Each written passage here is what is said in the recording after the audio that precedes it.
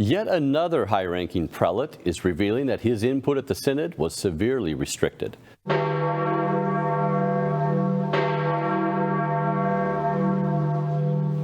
Join us with the latest from the Eternal City, Church Militant's Rome correspondent, Dr. Jules Gomes. Jules, we reported on Sydney's Archbishop Anthony Fisher's bombshell revelation that he was allowed only 3-minute reaction for the entire month of the synod. And now another high-ranking prelate, the Vatican's former chief doctrinal officer, is saying he too was restricted by synod rules from saying much at the synod. Can you connect these dots for us? Brad, we are talking about Cardinal Gerhard Müller, the former head, the former prefect of the dicastery for the doctrine of the faith, one of the most seasoned theologians in the Catholic Church. And basically, he's telling us that his presence there made not one bit of difference for the, cause of faithful Catholicism. In fact, this is what he says, his very words. He said that my influence on the synod was completely limited. And basically, this throws a big question mark on the value of the final synthesis document that will be voted on tomorrow and published on Saturday. I've just been back from a press conference where they've been talking about this, but 3 minutes for the whole month. That is absurd. Now, Jules, casting further doubts on the authenticity of the overall synod discussions that basically lasted for the whole month, Müller spoke about a pre-planned agenda that he witnessed there. Can you flesh this out for us? Well, absolutely. Müller is saying that what got high visibility at the synod were ideological discussions, if we may call them that, the hot button issues of welcoming people, LGBTQI people into the church, giving gay couples blessings, the divorced and remarried issue, communion for divorced and remarried people, the question of ordaining women as deacons and as priests. These were the issues, Müller says, that were repeatedly talked about. Those voices that were in favor of them seemed to be shouting the loudest. So these issues had megaphones at the synod, whereas the whole, business of remaining true to the magisterium didn't seem to come up much at all. Now, another thing Müller said that really resonated with what Archbishop Fisher was saying earlier this week that we reported on in Rome Dispatch was about this proverbial spirit being invoked to cover everything from outright heresy to mundane opinion being spouted by many participants at the synod. Can you dial that in for us? Müller is telling us that the synod has hijacked the Holy Spirit. These are his words again. He says people always spoke about the Spirit in a completely un-Catholic, unorthodox way, without considering that the Holy Spirit is a divine person and not a fluid, and therefore can only ever be mentioned together with the Son and the Father, as mentioned in 1 John chapter 4, verses 1 to 3. Only he who believes in the Son of God incarnate has the Spirit of Christ as distinct from the spirit of the world or the spirit of the Antichrist. Like I said, Brad, this cardinal is a serious theologian, and he's put his finger on the root of the problem. The Spirit, what is the Spirit? We've been asking that, and even to use the term, what is the Spirit, it borders on the heretical, because the Spirit is not a force, it's not an energy. He is a person. He is God, the third person of the blessed Trinity. And he cannot be isolated from the Father and the Son. And Cardinal Müller has quoted the first letter of John and, put that to us very, very succinctly indeed. He's talking about the spirit of the Antichrist. Whenever you depart from Christ, you're actually the antithesis, or the pseudo-Christ, which is this Antichrist spirit, which seems to be popping its head up here. Jules, you're just back now from the final press conference of the Synod, and there has been some interesting developments, especially with the Rupnik case. Can you tell us about all this? For those viewers who don't know who Father Marko Ivan Rupnik is, he is an ex-Jesuit who has been accused of physically, spiritually, sexually, and emotionally abusing at least 25 nuns. Now, we thought he's going to be out of the priesthood forever. He's going to be laicized, but nay. A bishop in Slovenia, the Diocese of Koper, has incardinated him.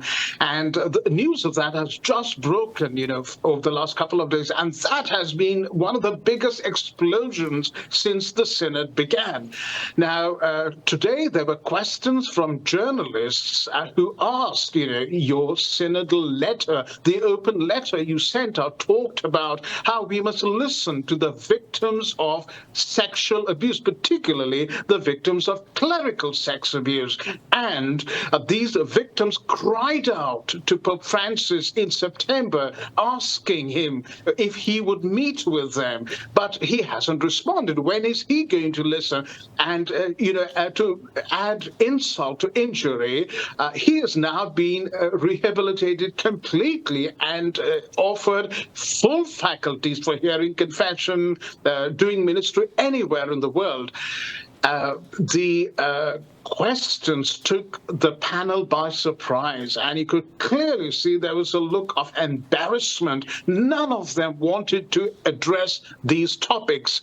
And so it was left to Paolo Ruffini, who is the prefect of the dicastery for communications of the Vatican, who, very sheepishly ended up saying that, Pope Francis had lifted the statute of limitations, and there was nothing further he could say about that. And he was asked again and again. He said, I'm not going to get into that territory. I have already answered the question. So the most burning issue of, in Catholicism today has not been answered by the very people who, are supposed to be discussing about all these matters.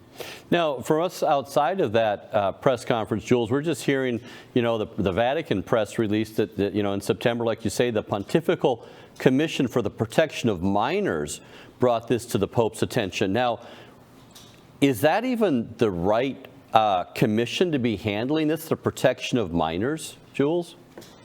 This is, bordering on the ridiculous, because these nuns were not minors.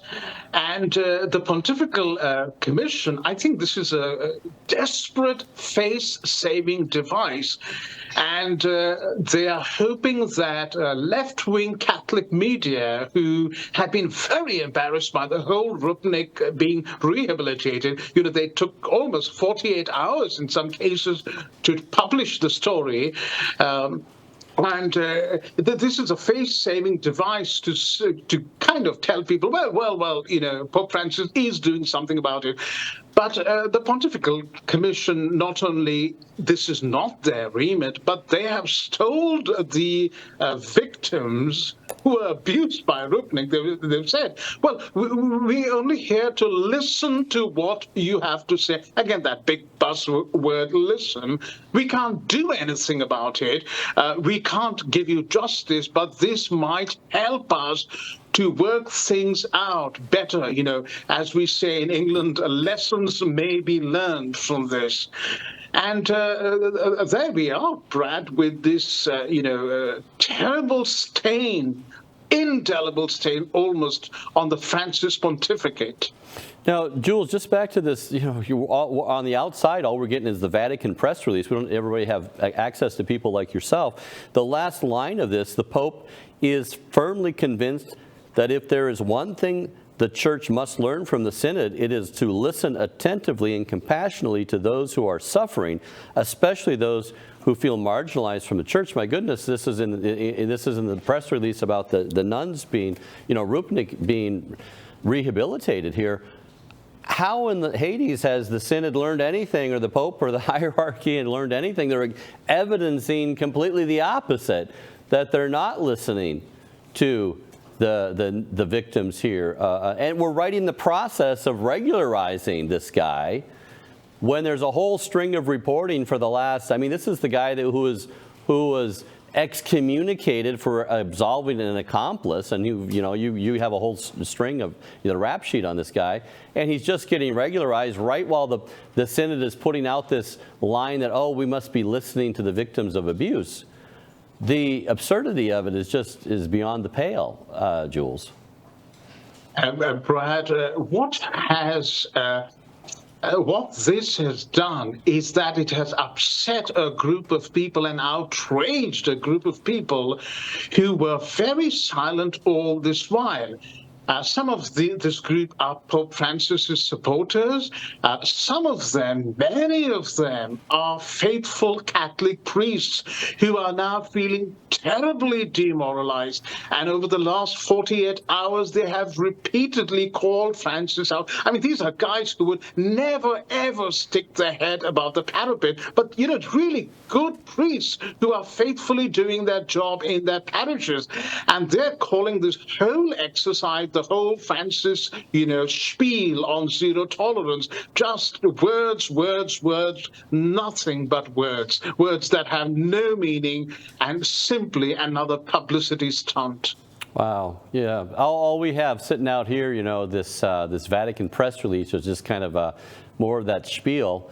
And, well, thank you very much for bringing the inside scoop from the presser itself and giving us the reactions of those people in there, all the sheepish looks that were there.